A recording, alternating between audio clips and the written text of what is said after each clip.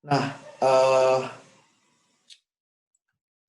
untuk dana bantuan, ada yang mau bertanya?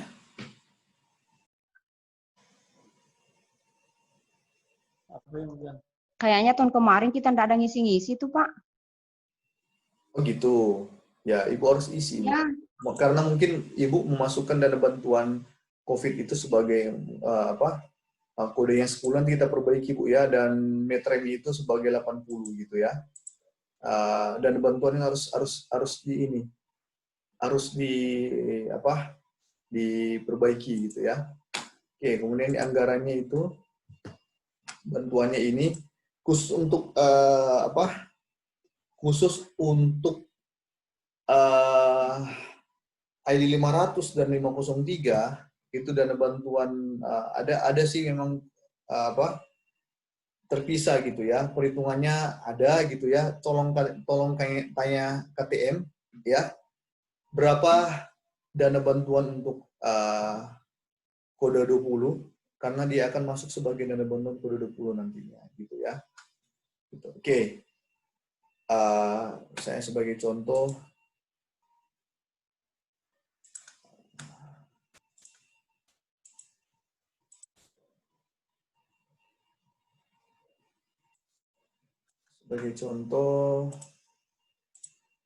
nah, di Harapan Baru mereka punya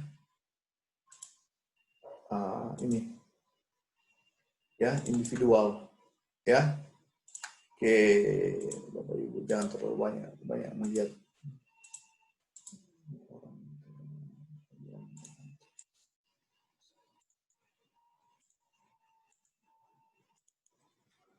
Oke, nah balik ke anggaran tadi. Nah, kelihatan gimana Bapak Ibu benar tidaknya Bapak Ibu memasukkan anggaran kalau jumlah anggaran sisanya itu menjadi nol atau sama persis dengan jumlah anggaran sisa yang ada di Panel Plan ya. Mungkin aja ada anggaran sisa di Panel Plan ya, pokoknya jumlahnya sama persis dengan jumlah anggaran sisa yang ada di Panel Plan. Oke, gampang, tapi mungkin karena banyak anggaran budgetnya itu yang harus dimasukkan, jadi mungkin akan kelihatan lama pengerjaannya.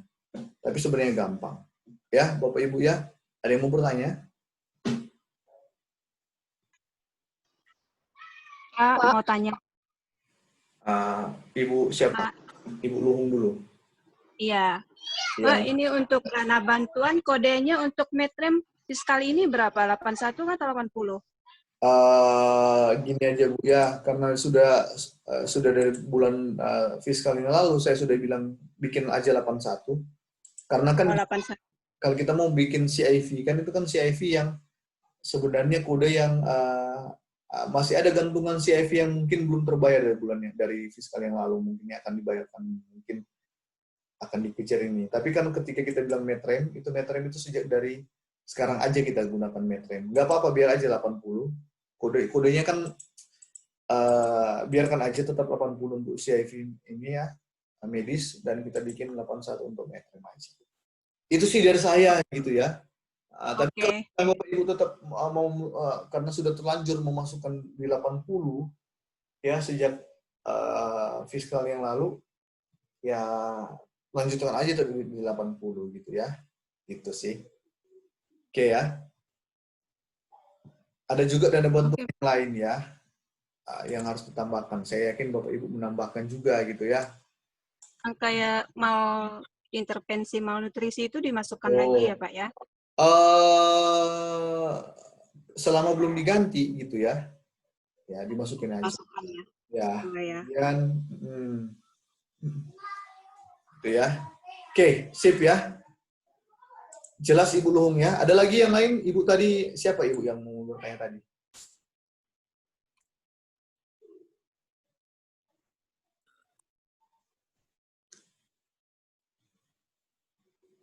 Halo?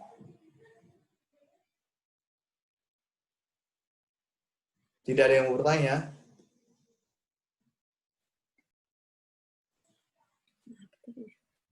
Halo Pak, Ibu, halo. ya gimana Ibu? Kalau proposal CIV untuk PJ sama komisi ini, Oh, oke. gimana? Itu dia. Sip. Thank you, Ibu, sudah bertanya. Nah, itu kan di RF ya, Bu. Ya, Ibu tolong masukkan itu sebagai salah satu, karena akan dilaporkan sekarang kan, bulan ini ya. Ya. Kita tambahkan, dan kita itu bikin sebagai 41 bencana. Ya, 41 di RF, atau kepanjangannya ini, Bu, ya. Disaster Relief Fund. Ya, singkatannya di RF. Kalau gini aja sudah kami sudah tahu itu dan kemudian kita simpan.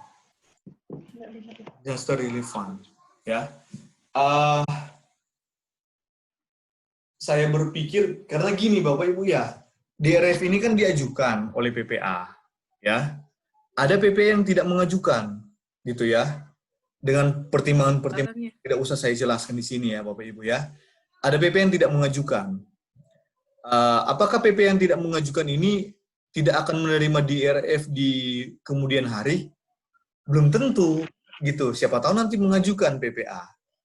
Nah, saran saya adalah tolong Bapak Ibu tambahkan aja 41 atau mungkin 42 kalau mungkin sudah ada 41 kode 41.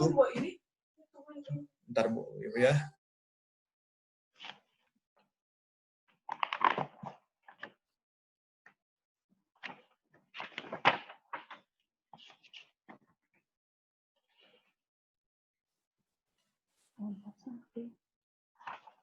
Kalau udah ada 41, 42 boleh.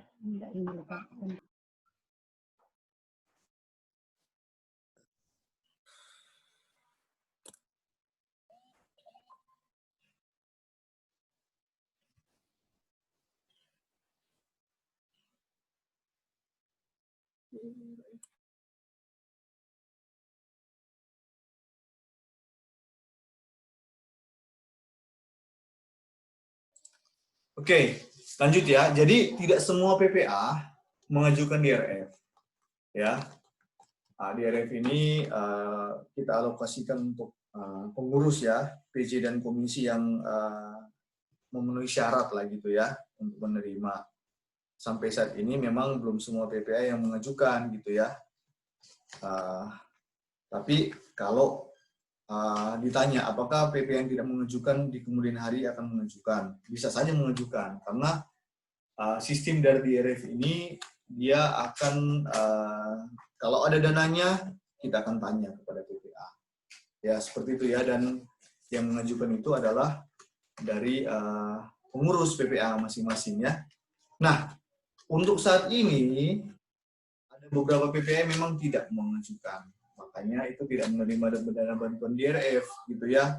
Tapi saran saya sih Bapak Ibu, bagi PPA yang tidak menerima untuk sementara ini bisa tetap memasukkannya sebagai dana bantuan. Siapa tahu di kemudian hari akan menerima gitu ya. Sip. Thank you Bu Widawati sudah bertanya ya. Ada lagi Bapak Ibu yang mau bertanya? Suara saya bisa didengar ya? Atau putus ini?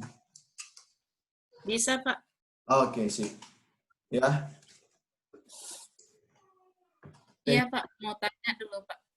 Ya. DRF ini yang ajukan pengurus PPA ya, Pak ya?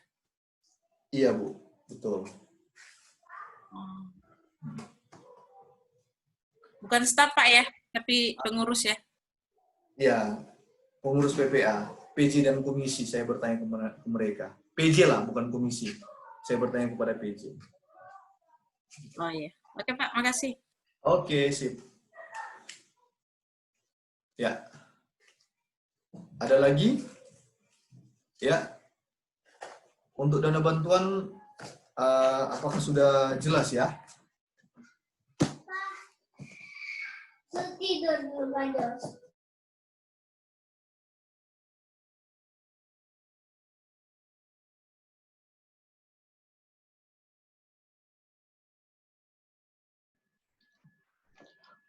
Siap, jelas Pak. Oke, sip ya. Nah, Bapak Ibu silakan dilakukan ya. Saya juga akan ada beberapa hal yang harus saya follow up dari laporan bulanan Bapak Ibu yang disubmit beberapa waktu yang lalu ya. Sebenarnya ini saya mau bahas karena kita masih ada meeting lagi, kita mau bahas ini hari Senin gitu ya. Tapi karena saya sudah terlanjur memberikan jadwal untuk kita meeting hari ini, saya tidak akan menunggu hasil keputusan dulu, meeting dulu untuk hari Senin dulu Bapak Ibu ya. Tapi yang jelas adalah dari apa yang Bapak Ibu submit kemarin itu ada beberapa hal yang harus di follow up gitu ya. Nanti saya akan email kepada Bapak Ibu masing-masing. Atau mungkin saya WA ke bendahara atau ke koordinator apa aja yang diminta oleh finance gitu ya. Hal-hal yang mungkin misalnya bisa di-scan lagi nggak buku banknya karena kabur misalnya, atau mungkin penjelasan kenapa mengadakan pembelian yang banyak gitu ya, mengadakan penarikan dana yang banyak gitu ya. Sebenarnya nanti saya akan minta konfirmasinya itu kepada masing-masing BPA. Sebenarnya ini hal yang sudah lama menjadi prosedur lah ya, kalau untuk soal penarikan dana, karena di standar prosedur kita adalah ketika BPA menerima dana bantuan, misalnya dana support misalnya sekian, misalnya 100 juta atau 120 juta, maka maksimal dana yang bisa ditarik dalam setiap kali penarikan adalah jumlah sekian. Saya sendiri harus review lagi tuh ya Bapak Ibu ya, karena ternyata itu dipermasalahkan lagi oleh finance gitu ya. Itu sebabnya ketika yang lalu itu, ketika audit sering menanyakan kan, Bapak Ibu masih ingat ketika auditor tanya, kenapa Bapak Ibu sebulan sekali aja narik uang gitu. Karena kalau Bapak Ibu menarik uang sebulan sekali, itu berarti Bapak Ibu menarik uang dalam jumlah yang besar gitu ya. Ya kita akan coba diskusikan dulu dengan finance, karena ada beberapa, kami juga beberapa yang mungkin akan memberikan masukan kepada finance seperti apa yang terjadi di lapangan gitu ya, kenapa BPA mau menarik dana sebulan sekali, bukan sebulan 2 kali atau sebulan 3 kali dan lain-lain. Tapi ada hal-hal tertentu yang tanpa kami harus, saya menunggu hasil meeting dengan finance itu hari Senin nanti, saya akan langsung email kepada Bapak Ibu untuk mencari dokumen-dokumen yang diperlukan finance lagi, misalnya scan lagi buku banknya karena kabur gitu ya, atau mungkin ada mungkin nota yang dipertanyakan seperti itu lagi ya Bapak Ibu ya. Nanti saya akan coba dengan Bapak Ibu masing-masing BPA seperti itu ya. Oke, tapi nanti itu satu-satu karena saya tidak mungkin umumkan di depan semua ya Bapak Ibu ya. Oke, itu kan saya satu-satu gitu ya. Dan diharapkan selesai itu kita harus selesai itu hari Kamis atau hari Rabu minggu depan. Gitu. Tapi hal-hal yang bersifat simpel sebenarnya Bapak Ibu punya datanya sebenarnya semua ya. Tinggal dicari lagi dan dimasukkan kalaupun misalnya harus dicari lagi gitu ya. Oke, itu saja dari saya ya Bapak Ibu ya. Ntar kita stop dulu rekamannya ya, karena itu ya sudah